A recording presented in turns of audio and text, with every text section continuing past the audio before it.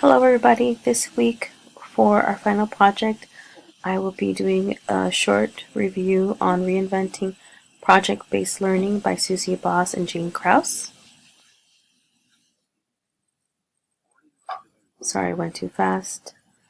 Again, the book is Reinventing Project-Based Learning, your field guide to real-world projects in the digital age. Imagining the possibilities and preparing for project-based learning and why it is important. In Reinventing Project-Based Learning, in this book you will be looking at 3 chapters from the book Reinventing Project-Based Learning, Your Field Guide to Real-World Projects in the Digital Age by Susie Boss and Jane Krause. Looking at chapters 3, 4, and 5 that cover the evolution of crafting a comprehensive project-based learning lesson from inception to assessment. The chapters will discuss real-life examples and provide invaluable resources that may be used when creating an authentic project-based learning lesson that highlights digital age literacy. That is very important. Chapter 3 focuses on establishing the conceptual framework of a project.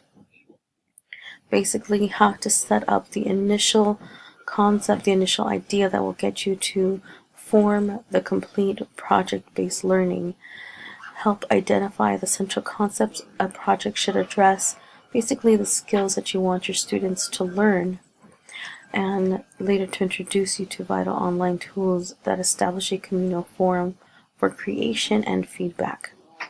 Learning dispositions should be organically embedded in your project-based learning. These are skills that are not inherently obvious when doing the project, but that your students learn as a result of working together, such as integrity and encouragement and being more confident in them as learners and researchers. Digital literacy basically boils down to learning to be independent, aware, and a productive citizen. Digital literacy is important as in a project-based learning lesson, you must learn and seek out additional online resources or digital and technological resources to help you complete the project that may or may not take you into different directions by raising new questions and furthering the project that will be at hand. Chapter 4 focuses your thinking on project planning and explores different strategies on generating an authentic project. Discusses potential pitfalls that one should avoid, and stresses the importance of communal discussion amongst other teachers, parents, community, and professionals in the particular field of study. Planning should be iterative and collaborative process.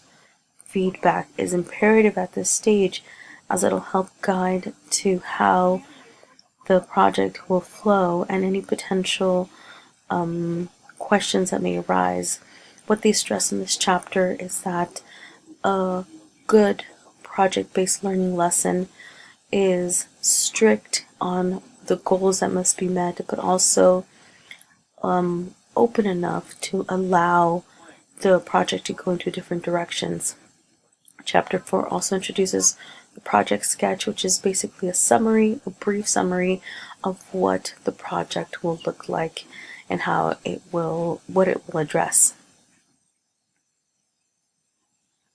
And lastly, Chapter 5. Chapter 5 focuses on how to make a meaningful assessment, steps to creating an authentic assessment of project-based learning lesson, formative assessment versus summative assessment. Formative assessment meaning you are assessing the student as the project moves along and you assess the steps and projects that are completed as they are naturally progressing throughout the project. And summative assessment meaning you are assessing the student's final and last project at the end and completion of the project. School-wide rubrics versus building a project rubric from scratch. It is imperative that you clearly outline what will be expected from the student from the beginning of the project. This is basically something you start and complete when you do your project sketch, so it is not a surprise for students and they will know what is expected of them as the project goes along. Also, with that in mind, it is important that Common Core standards are also integrated as you are constructing your project-based learning lesson. Not only does Common Core standards lend themselves and are best taught via project-based learning lessons, but it is imperative that they are met throughout the project as you go along. And lastly, references. I did reference directly a few items from the book and they are outlined here. Thank you so much. I've learned a lot in this class and I cannot wait to further explore this. Thank you very much for listening, and thank you, Dr. Perry.